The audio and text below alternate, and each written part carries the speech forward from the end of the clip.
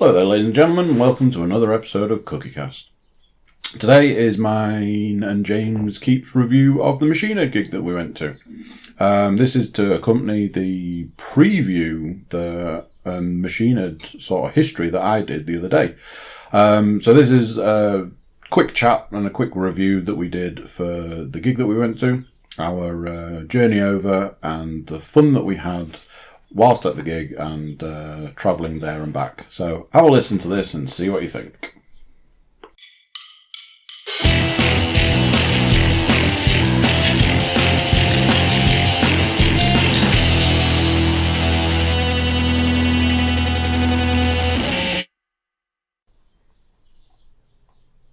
Podcast time, let's do this. Yay! James Keep. Yo. Back again. Yep. Do you live here?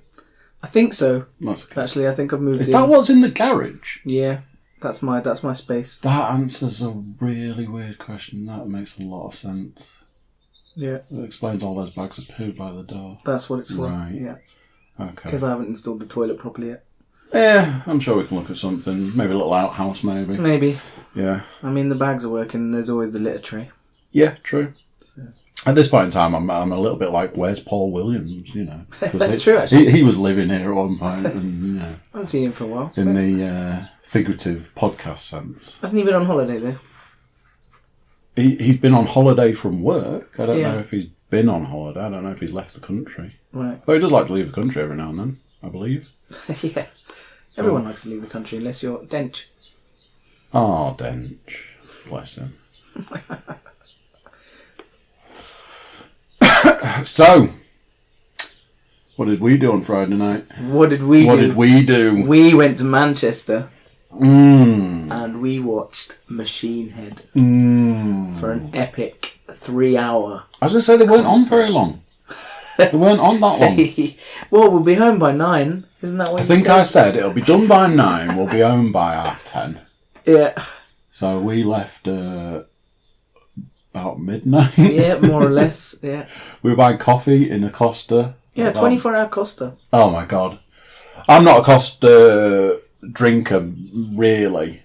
But if it's the one that's open 24 hours, I am a Costa drinker. Yeah, I was quite impressed with that. Like, God damn, they need a 24-hour Costa. Yeah. A 24-hour coffee shop somewhere in the vicinity. That'd I be agree. really nice. York could definitely benefit 24-hour coffee shops. Save me having to go to Voodoo every other night. Oh my god, that'd be amazing. Should we go to Voodoo? No, let's go to Nero's. Yeah. I think my liver would appreciate it more. Oh yeah. I might petition.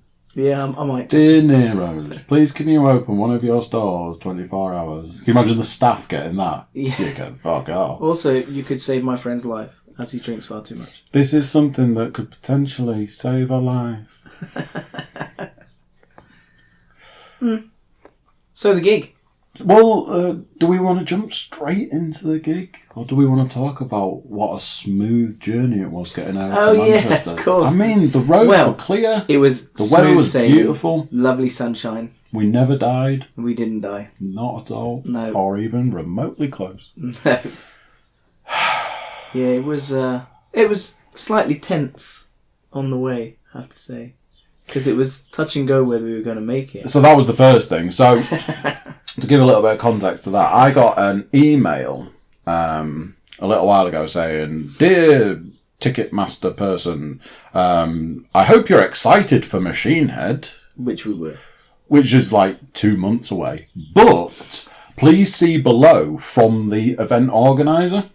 And it then went on to say, "Hello, thank you for purchasing a Machine Head ticket. Please be aware that there is no support for this band, for this gig. Doors open at 7. We expect to start promptly at 7:30. And I think at 7:27, we were 3 miles away from the venue. Yeah. And stuck in traffic. Stuck in Manchester traffic. So we walked through the doors. I'm probably jumping ahead of there a little bit. Should we talk about the actual journey? Yeah, you've missed an important part of the journey out. So what's amazing about the beautiful weather, my and I presume all sat-navs, is that the sat-nav will calculate how long it takes you to get there, and we'll also take into any adverse traffic effects. So it told us that it was going to take us an hour and a half, which was fine. But between here and Manchester, there are far too many slow sections, like 50 miles an hour, 40 miles an hour, 30 miles an hour on motorways. And there was a point where we were in a 30 or a 40 mile an hour section, and we were doing 20 because the traffic was so bad. The weather was horrendous. It was foggy. It was raining. I mean, it was the perfect journey. It was the perfect journey. Yeah. Me driving along, worried that we're going to be late, stuck in traffic. I was calm. I don't know about you. I was calm, but I was concerned we might end up in the pub in Manchester. Yeah, it didn't take you long before you were like, so we're just off to the pub then when we get there because we've missed the gig, so let's just go to the pub. I'm like, it's a long way to go to the pub. Well, let's at least try to get to the gig. Let's keep all my options open. Amazing journey. We were told that there was a car park at the venue, which turned out to be lies. There was no car park at the venue, so Manchester Academy, sort your shit out and get a car park. And what about some signage? Oh, I'd love a sign. Sign would be nice. There was not a single signpost. You have reached your destination. No. There was not a single sign for the academy at all. I was really surprised. Not one. But as I said to you, the number of times I googled Manchester Academy and it took me to the Apollo. You had to put a very specific search into Google. It was like Manchester O2 Academy, and then it was like, oh, you want the Apollo? No. You want this place? No. You want the university? No. You want the hospital? No. Manchester Academy. Yeah, there we go. Incidentally, we parked in the hospital, and it was a very reasonable price.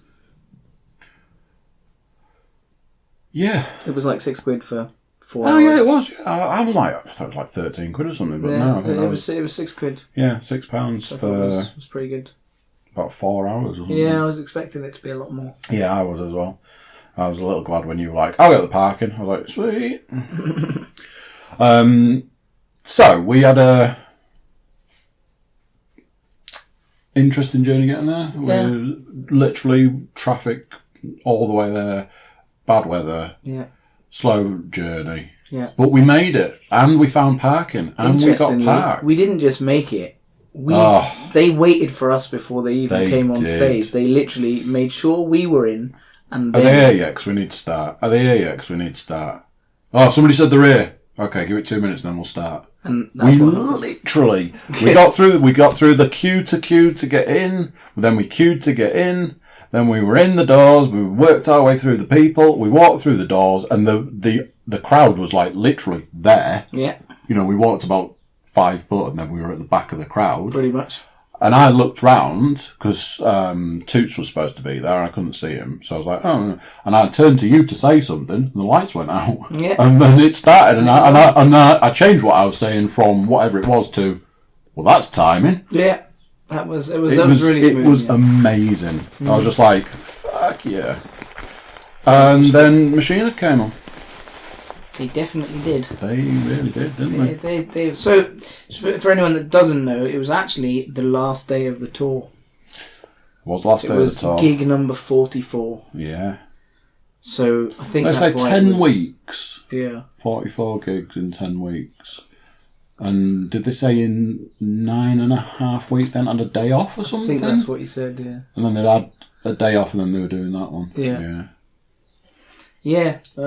Really intense for them, but really good.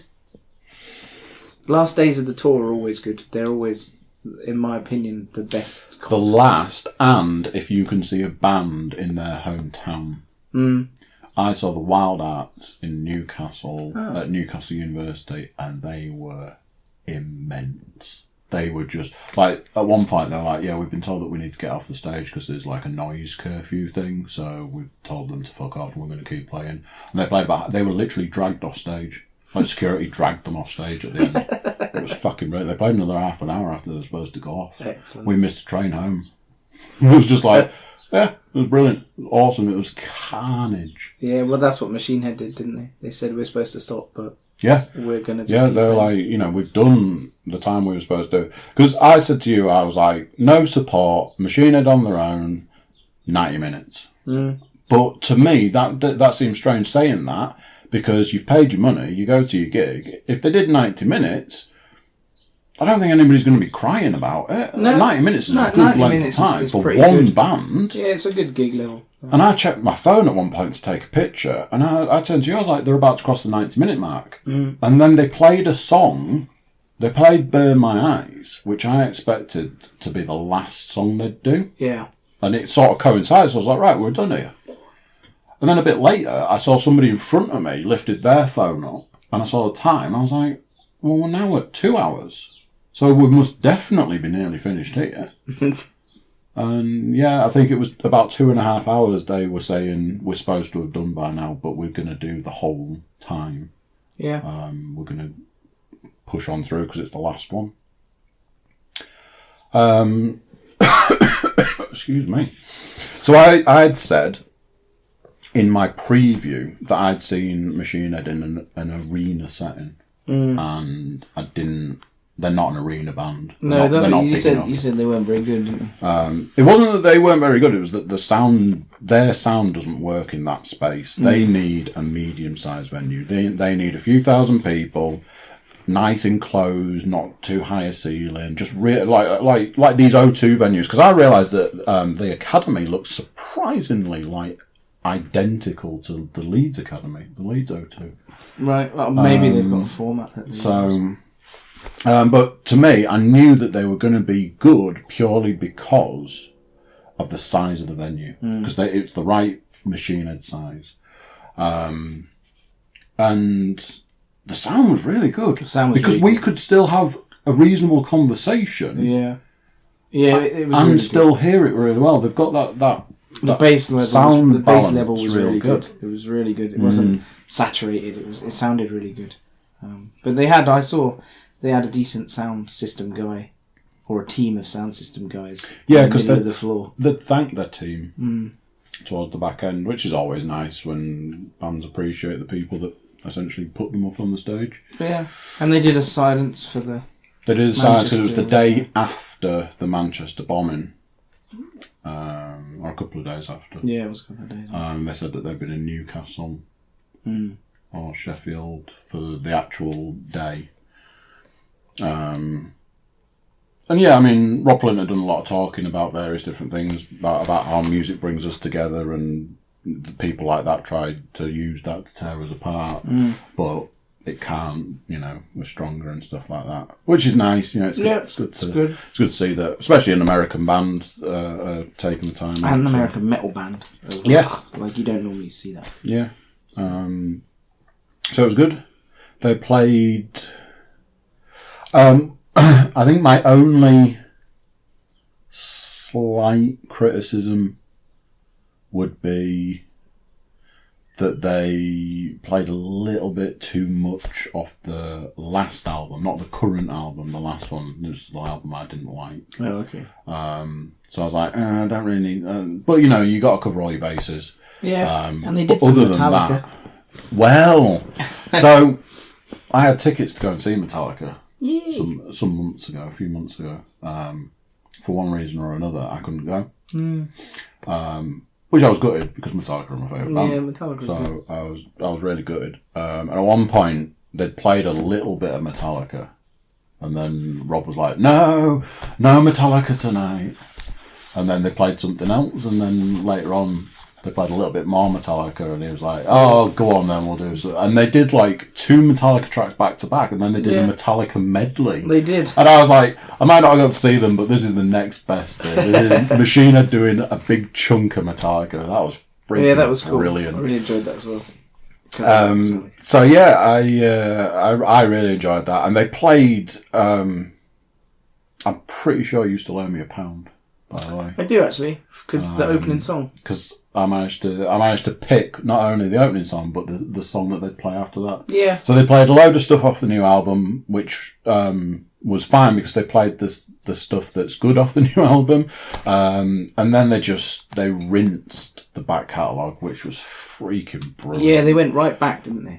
They've got such a rich back catalogue that if they played if they went, we're going to play that one really good song and that one really good song from that one album, and did that for every album, they've got 3 hours of fantastic music. Yeah, so that's essentially what they did. Yeah. And it really worked. I was so happy with that set list. I'd seen that they'd got some microphones up and they'd got a couple of people filming and they'd got people that were taking photographs. Yeah, I saw that as well. I'm hoping, because when they do live albums, they like to do... I think the last live album was essentially 50% of it was Manchester and 50% of it was London. Oh, okay, cool. So I'm kind of hoping they might do a live album off the back of this. Well, the sound was really good and the crowd were full of energy as well. So the crowd were definitely in it. There was a lot of singing and chanting and there was a bit of mosh pit going on. Yeah, there was. A circle of death. Yeah. Machine Head love a good circle. Yeah, they do. Yeah, when I saw them in Luxembourg, they did that. They wanted that, and that was also a really good gig. Same small venue, so it was really good. Yeah, Machine Head work at a particular size. Anything bigger, their sound just doesn't quite work for a bigger venue. And I can't imagine why they would do anything small. So yeah, good size venue. It was good. It was good music. I was pleased to see the stuff that they'd played. I was pleased to see the Metallica bit. I really enjoyed that. And yeah, 3 hours. The dogs were barking by the end of it. I'd been tattooed all day and then went and stood on my freshly tattooed leg for 3 hours, having done a nearly 2 hour drive there. I was only using one leg to drive because I was like, I think I need to lay off the other leg. Still, the other cool thing about the gig was at least nobody got in your way. You could just really enjoy it without people pushing past and stuff. Nobody pushed past. It was really nice. No, it was really good. I'm going to tell you a little story.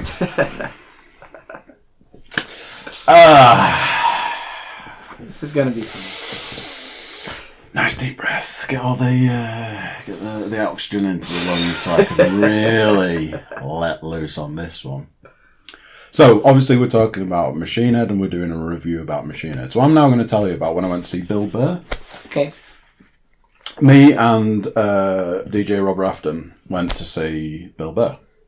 I had Bill Burr tickets for my birthday. Bill Burr is like my joint favourite current comedian. I listen to his podcast all the time. He does 2 a week. And I love his stand-up. And he's just fantastic. And he was coming to England. So I was like, oh my God, need to see him. I received tickets to see Bill Burr as a birthday present. The other person I was going with couldn't go. I was like, oh, Rob, do you want to come into this? He was like, yeah. So we went to Manchester. We went to see Bill Burr in Manchester. So here's the thing. It's one of these things where I think I'm starting to feel old because of me being me. Going back many, many years, me and people didn't really get on too well. And over a lot of years, I've had to learn to let shit go. Because I had this true belief that people should be a certain way. And people just weren't that way. So we didn't get on. Because I'd be like, you should do this. And then, people don't generally do that. You should act a certain way. You should be a certain way. And I struggled for a long time. And then I realised that you can't tell people how they should be, so I just let it go, and that helped a lot. But in my eyes, if you go to the theatre or the cinema or anything like that, it's 2 things you should do before you go in. Number 1, if you need a drink, get a drink. If I go to the cinema, I go and buy a drink, take it with me. And number 2, you should go to the toilet. Now, when I went to see Bill Burr, first thing I did, went to the toilet, don't need a drink, went and found my seat. So that was that. There we go. I am ready to view the evening's entertainment. Apparently, I was the only person in the entire place that was ready to view that evening's entertainment. So here's the thing. I'm watching Bill Burr, and all I can see, because we were at the back, all I could see was people up and down, up and down, up and down, up and down. Presumably to the bar, to the toilet, to do whatever. Who the fuck knows? Because let's face it, stand-up comedy, 90 minutes. You're telling me you can't go without a drink, without a toilet break, without whatever for 90 minutes. But people were just up and down constantly. Now, this is a twofold thing. One, you've paid your money. So why would you then not want to see what you've paid your money for? It's true, cause especially in stand-up comedy particularly, because you're going to miss a crucial joke somewhere along the line. Yeah, because it flows. Because it's often like a story. One thing flows to the next. Exactly. This happened and then that happened. Yeah. You know, somebody like Jimmy Carr does one-liners. So you miss one, you're probably going to, not miss out. Somebody like Bill Burr's telling a story that's funny at various points throughout it, and then there's a laugh at the end. Yeah. If you missed part of it, you won't know what's going on. You've paid your money to see something that you are not watching. You could go and get a drink in your house. Put a can of lager in the fridge. Oh, it's nice and cold. I'll drink that. While you're in your house. Oh, nip to the toilet. I can see my bathroom from here. I don't have to pay to do that. But the other thing is it's ruining my experience. Because I don't need to be, that person has just stood up in front of me whilst I'm trying to watch this. That person there has made a load of noise whilst they're getting up to go and do whatever the fuck it is they're going to go and do. So I'm trying to watch what's going on stage, but I'm distracted by the 1,000 people that need to go and do something that's other than what we're all supposed to be there for. Am I wrong? Well, to be honest, when Machine Head played, I did go and get a beer. How many times? The one time. How many people did you push past? I didn't need to because we were at the back, so it was okay. Sounds like it wasn't that much of a problem. It wasn't. Did you go to the toilet while you were there? I did. I ordered a beer, and while the guy was pouring it, because it was Guinness, I went to the toilet because I knew I'd had time. And when I came back, my beer was ready. I paid, and I came back. Yeah. Sounds a little bit too organised for my liking, quite frankly. Generally how I do it. Plus, it's a concert, and I could still hear the music. It was just as good. And yeah, so basically what I'm getting to is my experience of Machine Head was ruined by the people that were there. Essentially, it should have been me, you, and Machine Head. Damn you fans, damn you all.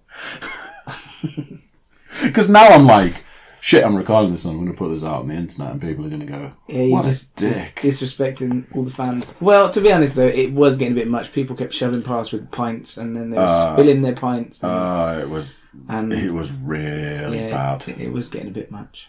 And I think that this falls in line with the way the world is now. There was a lad in front of us, young lad. He was on his phone most of the time we were there. Yeah, I noticed that. I was going to mention it on the night, actually. The amount of people that were on their phones, not taking pictures and stuff, actually having conversations with other people on their phones via text, instead of watching the concert. I find that a bit weird. I mean, I know you can hear it and stuff, but there's something about watching a live gig. And that's what I was about to say. You can hear a CD. Exactly. If you want to hear the music, you can sit in your freaking car and put the CD on. Yeah, exactly. I find it... Then that's something that I've touched on before. Like when you go out with your mates for a pint and one of your mates spends more time on his phone to mates that aren't there, I'm just like, well, why didn't you invite those guys out? Yeah. Like we're all sitting here, you're not having a conversation with us because you're chatting to these guys. And here's the thing. I don't really understand it. I took a picture. Took a few pictures. I did too. And then later in I think when I got home, I posted them on Instagram as part of the podcast thing. Yeah, I think so. Don't get me wrong. I took a picture. I even did a video. I did a couple. I wanted part of one of the songs on video, and I wanted some of the metallic stuff. Yeah, I think I've got a couple of the guitar solos on there as well. Yeah, it's quite cool. I've got no issue with that. But if you're there and 70-80% of the time you've been there, you've been texting your mates. Yeah, it is. What are you texting them? Oh yeah, I'm at a gig that I'm really enjoying. because I'm talking to you on some messaging system. Yeah, I've never understood. It's something that's baffled me because I'm not old. Like, I'm well up with my tech, as you may know from previous podcasts. So I'm well up to date, and I'll use most social media. But I find that when I'm out with people, the phone tends to go, other than checking what the time is, the phone tends to go in my pocket. Because I just think it's bad manners to have a conversation with somebody in the pub and then be on your phone while they're replying to you. You're like, yeah, tap, tap, tap, tap, tap. It's just kind of weird. I was talking to you guys last night, and I was texting Edward to try and get him to come out. Yeah, which is different. I think that's acceptable. That's different because you're inviting people out to the... I took my phone out, I texted him, Ed, what are you doing? I'm doing this. Right, get your dancing shoes on, mate's in town. All right, where are you? We're here. Hurry up, because someone's about to get glassed. wasn't me, by the way. Or something like that. The moment he said, I'm on my way, I'll let you know when I'm in town so you can let me know where you are, I put my phone away. Yeah. And then later, I checked it, and he'd rung me, and I'd missed it. So I rang him back. All right, where are you? I'm here. Right, we're here. Come over. All right, I'll see you in a minute. Put the phone away. Yeah, see, but organising getting people out is different. It's just if you're having a conversation, a random conversation, while you're sitting around with your other mates, I just think it's a bit weird. You might as well just sit at home with a can of lager and chat to all your mates on the phone. Yeah, and this is my point. you know, there was a couple of people that spent more time going to and from the bar, let's say. You can't tell me that, because there was a couple of culprits, let's say, at Machine Head. Yeah, you can't tell me that they were there for the gig. No, they were just there to get beered up, I think. Because they were going backwards and forwards several times, drinking a lot of beer. But then saying that, they might have just been throwing it at people.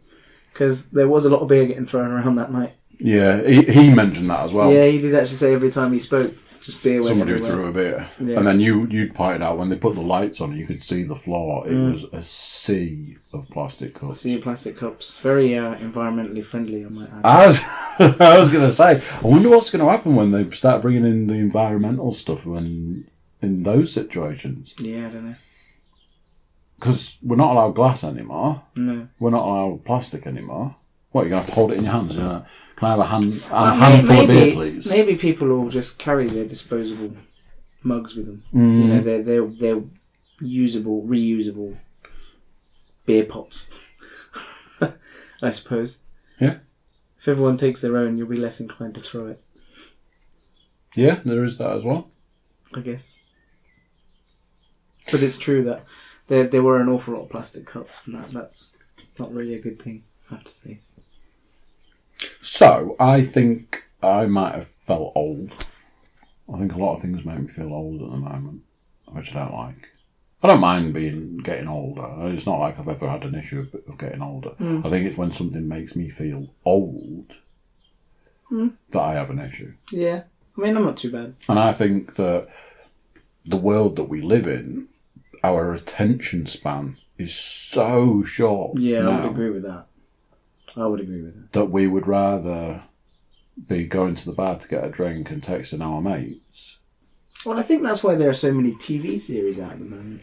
Because people don't finish a series. They start watching a series, then they start watching another, then another, then another. The amount of people I spoke to who've not seen a full series from like season 1 to 5 or whatever, they've stopped halfway through and started watching something else. That's all down to attention span. It's like, oh, I'm bored of this already. Even though it might be a really good series. You want to look at something else, so you do. It's kind of weird. Yeah, I mean, I think I would stop watching something if I didn't enjoy it, rather than I was bored. But who has? I mean, the amount of people that have got like 10 or 11 series on the go, I can't be doing that. I've cut ties with all series. The only thing I've done recently was, and this is off the back of something that you said. You said people will sit down, put Netflix on, troll through it to try and find something to watch, sit there for an hour trying to find something. Then you find something that you're not really interested in, and you put it on and you sit there and watch it just so that you can say that you've watched something. And I do that a lot. I mean, a lot. I sit down to eat a meal, put Netflix on, and then an hour later, I've finished my food, 20 minutes. An hour later, I'm still going through the stuff on Netflix. Yeah. And you were saying you enjoy stuff a lot more if you actually look forward to watching something. Mm. So I'd seen a trailer for Happy on Netflix, and I saw a trailer and went, I really want to watch that. So I waited a few days, and I watched the trailer again. And I went, I really want to watch that. So I set myself up ready to watch it. And I had this whole system. Whenever I was watching that, I made sure that my phone wasn't in my pocket. It was on the arm of the sofa, face down.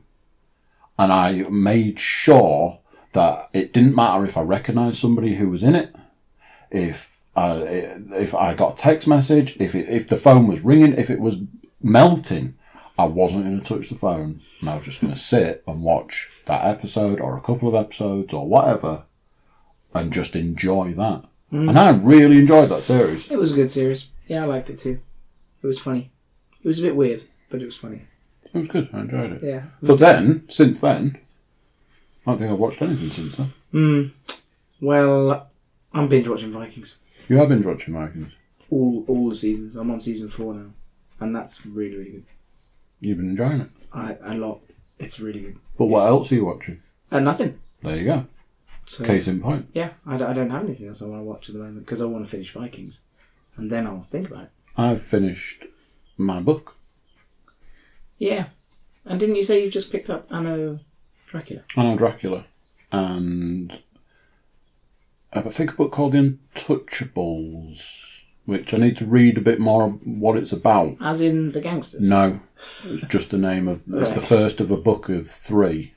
Okay. And like I was saying to you earlier, I think it's set in 2 different times. I think one is set in the 70s and the other's set now, like 2016, I think the other point was set. And there was something about the punk scene. Like one of the characters seems to be a big punk. That's cool. But there's also an element of supernatural to it. But I've finished a really, really good series of books called... it's the John Dies in the End series. Oh, okay, yeah, isn't that a film? So John Dies in the End was made into a film. And then there's 2 others. And they're the best series of books. There's actually another book written by the same guy called Futuristic Violence and Fancy Suits. And that's fantastic. That's one of the best books I've ever read. Really enjoyable. Wow.